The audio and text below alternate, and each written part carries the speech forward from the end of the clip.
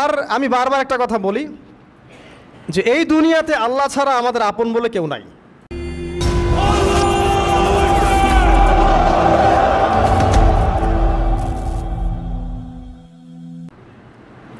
আপনি যাকেই আপন মনে করেন না কেন, আমাদের সম্পর্ক আছে বাবার সাথে, মায়ের সাথে, স্ত্রী সন্তানদের সবার সাথে, আমাদের হক আছে, অধিকার আছে, সব ঠিক আছে। বিশ্বাস করেন আল্লাহ ছাড়া আপন বলে আপনার কেউ নাই। এই যে গার্লফ্রেন্ডকে আপন মনে হয়, এরা আপন না। স্ত্রী সন্তানদেরকে খুব আপন মনে হয়, আপনার মৃত্যুর পর 40 দিন সময় লাগবে না সব ভুলে যেতে। পিতামাতা ভাই বোন সবাইকে আপন মনে হচ্ছে। পিতামাতার স্থান বাবা মার পরে, আল্লাহ রসুলের পরে, সেটা ঠিক আছে, কিন্তু আপন আল্লাহ ছাড়া তারা নন। আপনি তাদের মনোপুতভাবে নিজে প্রতিষ্ঠিত হতে পারবেন না, তারা আপনাকে চিনবে না। বলবো সারাটা জীবন তোর পিছনে এত টাকা ঢাললাম, কি করলি? কিচ্ছু করতে পারলি না। আবার এখন যারা পিতামাতা হয়েছেন, সন্তানদেরকে আপন মনে হচ্ছে, দেখবেন এই সন্তানকে আপনি আপনার মনোপুতভাবে সম্পত্তি দিতে পারবেন না, ভরণ পোষণ দিতে পারবেন না। এই সন্তান বড় হয়ে আপনাকে বৃদ্ধাশ্রমে পাঠিয়ে দিতে পারে, নাউজুবিল্লাহ। অথবা আপনার সাথে এই সন্তানই খারাপ ব্যবহার করবে। আপন মনে হচ্ছে? আল্লাহ ছাড়া কেউ আপন না। আল্লাহ ছাড়া আপন কেউ না। আর আল্লাহ ছাড়া সত্যিকার অর্থে আপনাকে আমাকে ভালো কেউ বাসে না। শুধু আল্লাহই আপনাকে ভালোবাসেন। এটা আপনারা হারে হারে উপলব্ধি করবেন যত দিন যাবে ইনশাআল্লাহ। তাই শুধু সেই আল্লাহর জন্যেই নিজেকে খালেস করে দেন, আর যার যার হক তাকে তাকে দিয়ে দেন। দুনিয়াতে শান্তিতে থাকার ফিলোসফি বলছি, philosophy of happiness in this হায়াতুদ দুনিয়া, সেটা হচ্ছে যার যার হক তাকে তাকে দিয়ে দেন, নিজের হক আল্লাহর কাছে চেয়ে নেন। আর দুনিয়াকে আপন মনে করবেন না, আল্লাহ ছাড়া কাউকে আপন মনে করবেন না, আপনি সুখে থাকবেন ইনশাআল্লাহ। দুনিয়ার দাসত্ব করবেন, আল্লাহ ছাড়া অন্য মানুষদেরকে আপন মনে করে নেবেন, দেখবেন আপনি পদে পদে কষ্ট পাবেন। কারো কাছে আশা করেন না, কষ্ট পাবেন না। আমি এই প্রসঙ্গে কথাগুলো বললাম যে দুনিয়াকে আপন মনে করতে নাই, আর আল্লাহকে আপন মনে করতে হয়। আল্লাহকে আপন মনে করলে তখন আমার উপর কিছু দায়িত্ব চলে আসে। কি দায়িত্ব? আল্লাহ আমাকে সৃষ্টি করেছেন, রিজিক দিয়েছেন, লালন পালন করছেন, বাঁচিয়ে রেখেছেন, তার হাতে আমার মৃত্যু, তার হাতে সব কিছু। তো এখন আল্লাহ পাকের জন্য নিজের জীবনটাকে খালেস করে নেওয়া, যেভাবে আল্লাহ পাক চলতে বলেছেন সেভাবে চলা, যেগুলোকে আল্লাহ পাক নিষেধ করেছেন বর্জন করা। আর রাসূলুল্লাহ সাল্লাল্লাহু আলাইহি ওয়াসাল্লামের সুন্নাহ আল্লাহ পাক রেখে দিয়েছেন আমাদের সামনে। এই সুন্নাহগুলো যদি আমরা অনুসরণ করতে পারি ইনশাআল্লাহ, এই দুনিয়াতে কিছু পাই বা না পাই, ইনশাআল্লাহ পরকালে আপনি আল্লাহর ক্ষমা পাবেন ইনশাআল্লাহ তাআলা।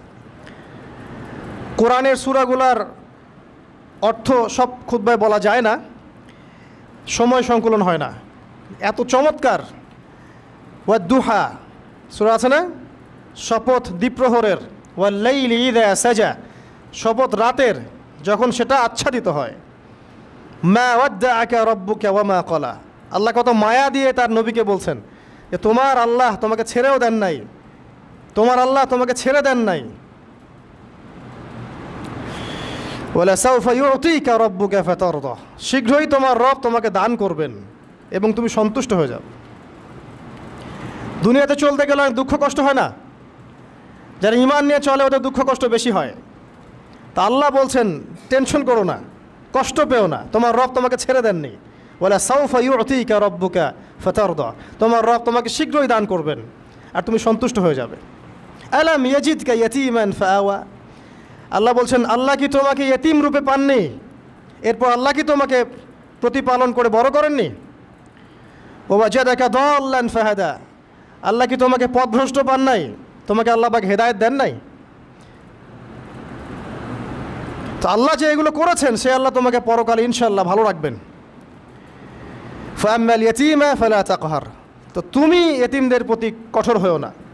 ওয়াম্মা সাইলা ফালা তানহার, কেউ চাইলে তার হাতকে খালি ফিরিও না, ধমক দিও না। ওয়াম্মা বিনিআমাতি রাব্বিকা ফাহাদ্দিস, তোমার রবের এই সমস্ত নিয়ামতগুলো তুমি মানুষের কাছে বর্ণনা করতে থাকো। এর পরের সূরার দিকে খেয়াল দেখবেন, সূরা আলাম নাশরাহ লাকা সাদরাক, মনে হয় দুটো একটা আরেকটার সাথে পেয়ার। আলাম নাশরাহ লাকা সাদরাক, আমি কি তোমার হৃদয়কে প্রশস্ত করে দেই নাই? ওয়াদা'না আনকা উযরাক, তোমার বোঝাগুলো হালকা করিনি। কাকে বলছেন এগুলো আল্লাহ পাক? রাসূলুল্লাহ সাল্লাল্লাহু আলাইহি ওয়াসাল্লামকে। তো যে মানুষটা জান্নাতে যাবে নিশ্চিত, এবং যিনি জান্নাতের দরজা না খুললে জান্নাতের দরজা কারো জন্য খোলা হবে না, যে মানুষটা হচ্ছে ভদ্র, স্মার্ট, বিচক্ষণ, কোনো মানুষ পৃথিবীতে নাই। সকল ধর্মের মানুষ মানে এটা। কিছু আছে শয়তান, মানুষ টুবি শয়তান, এরা মানে না, বাট দেখবেন ম্যাক্সিমাম মানুষই মানে, হোক সে ইহুদি বা খ্রিস্টান বা হিন্দুইজম বা মুসলিমরা তো মানেই, সবাই মানে। যে মুহাম্মদ সাল্লাল্লাহু আলাইহি ওয়াসাল্লামের মতো স্মার্ট, বিচক্ষণ, ভদ্র, সুচরিত্রের মানুষ পৃথিবীতে কোনোদিন আসেও নি, আসবেও না। তো সেই নবীর জীবনটা আপনি পড়ে দেখবেন, আর রাহিকুল মাখতুম বইটা, যে চড়াই আর উতরাই, খালি দুঃখ, কষ্ট, যন্ত্রণা, লাঞ্ছনা, কন্টিনিউয়াসলি। আমাদের নবী সাল্লাল্লাহু আলাইহি ওয়াসাল্লাম তো 1 মাস শান্তিতে ঘুমানো নাই নবী হওয়ার পরে। যখন তিনি মারা যান, ফাতিমা রাদিয়াল্লাহু আনহার কথা মনে আছে না? কানে কানে কি জানি বললেন। তখন আমাদের নবী একটা কথা বলেছিলেন, আমি এই বয়সে এসে কথাটা বুঝি, মাদ্রাসা লাইফে, ইউনিভার্সিটি লাইফে বুঝিনি। নবীজি বলেছিলেন তার মেয়েকে, ফাতিমা রাদিয়াল্লাহু আনহা তার কষ্ট দেখে কান্নাকাটি শুরু করলেন। আমাদের নবীজি তাকে কাছে ডেকে বললেন কানে কানে যে কি জানি একটা বললেন। তারপর ফাতিমা রাদিয়াল্লাহু আনহা চুপ করে গেলেন।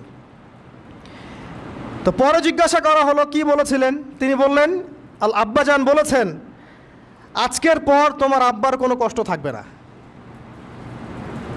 আর তুমি আমার পরিবারের মধ্যে সবার আগে আমার সাথে সাক্ষাৎ করবে। এই যে আজকের পর আমার আব্বার আর কোনো কষ্ট থাকবে না, এর মানে বোঝেন, মানে সারাটা নববী জীবন কত যে কষ্ট নবী সাল্লাল্লাহু আলাইহি ওয়াসাল্লামকে সহ্য করতে হয়েছে। আজকে জান্নাতে যাওয়ার দিন, আজকে আর তোমার আব্বার কোনো কষ্ট থাকবে না। এই মানুষটার যদি এই অবস্থা হয় তাহলে আমরা কি?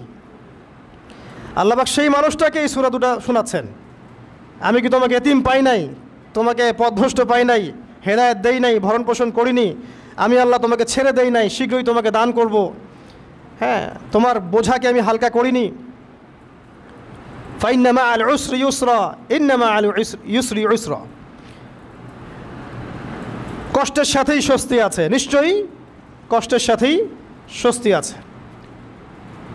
ফাইদা ফারাগতা ফানসাব ওয়া ইলা রাব্বিকা ফারগাব, যখন তুমি অবসর পাবে তখন তোমার রবের দিকে একনিষ্ঠ হও। এটাই বলতে যাচ্ছি আমি আপনাদেরকে, যে আমাদের উচিত শুধু আল্লাহর দিকে একনিষ্ঠ হওয়া,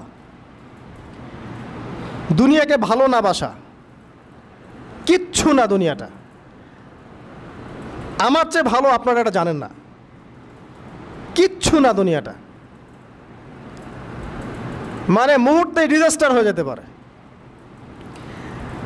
আর যাদেরকে নিয়ে এই দুনিয়া, আমাদের মা বাবা, ভাই বোন, আত্মীয় স্বজন, স্ত্রী সন্তান, এরা সবাই যে যার হক চাচ্ছে, তাদের হক দিয়ে দেন, আপনি খুব ভালো, দিতে পারবেন না আপনি ভালো না। সারাটা জীবন করতে থাকেন, দেখবেন একদিন দিতে পারেন নাই, সে আপনাকে চিনবে না। নবী সাল্লাল্লাহু আলাইহি ওয়াসাল্লাম বলেননি এই কথাগুলো?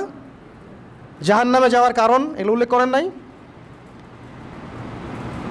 কিসের আত্মীয় আর কিসের আপনজন আর কিসের অফিসের বস আর কিসের কি, সবাই সবার স্বার্থ নিয়ে পড়ে আছে। শুধু একজন সত্তা আপনার কাছে স্বার্থ চায় না, সে কে? আল্লাহ পাক। এটা যদি বুঝতে পারেন তাহলে দেখবেন মনটা আল্লাহর দিকে নরম হয়ে যাবে। আর মুসলিমদের এখন এই মানসিক আত্মশুদ্ধিটা বেশি দরকার। আমরা কেন যেন অস্থির জাতি হয়ে গেছি এখন, একটা মানসিকভাবে শান্তি নেই আমাদের মধ্যে। খেয়াল করে দেখবেন সারা দিন দুশ্চিন্তা, দুর্ভাবনা, পেরেশানি। নামাজে আসি তাও মনে হয় যত তাড়াতাড়ি নামাজ শেষ করতে পারলে বাঁচ।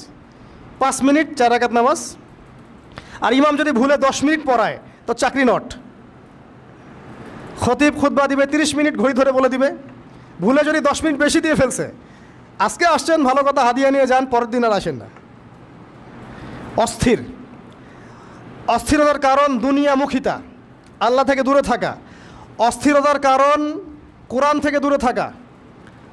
অস্থিরতার কারণ নিয়মিত সুন্নাহর উপর আমল না করা, ডেইলি জিকির আজগারগুলো না করা, ডেইলি কোরআন তেলাওয়াত না করা, হাদিস অনুবাদ সহ না পড়া, দিনের জ্ঞান চর্চা না করা, দিনী হালাকাগুলোর মধ্যে না বসা। অস্থিরতার অনেক কারণ, টাকা পয়সার পিছনে ছোটা, বাড়ি গাড়ি স্ট্যাটাসের পিছনে ছোটা, এবং এই লোভ, এই লালসা আপনাকে স্থির থাকতে দিবে না। অস্থিরতার কারণ এই যে আমরা বলি মেটেরিয়ালিজম, আমরা বলি বস্তুবাদিতা, এগুলো অস্থিরতার কারণ। এগুলো কখনো আপনাকে স্বস্তি দিবে না। আপনি যত দৌড়াবেন দুনিয়ার পেছনে, দুনিয়া আপনার থেকে তত পালাতে থাকবে। আর আল্লাহ পাক বলেছেন, হে আদম সন্তান, আমার ইবাদতের জন্য সময় বের করো, আমি তোমাকে দুইটা জিনিস দিব। এক নাম্বার, তোমার হাতকে আমি সচ্ছলতা দিয়ে ভরে দিব, আর দুই নাম্বার, তোমার সমস্ত অভাব আমি দূর করে দিব।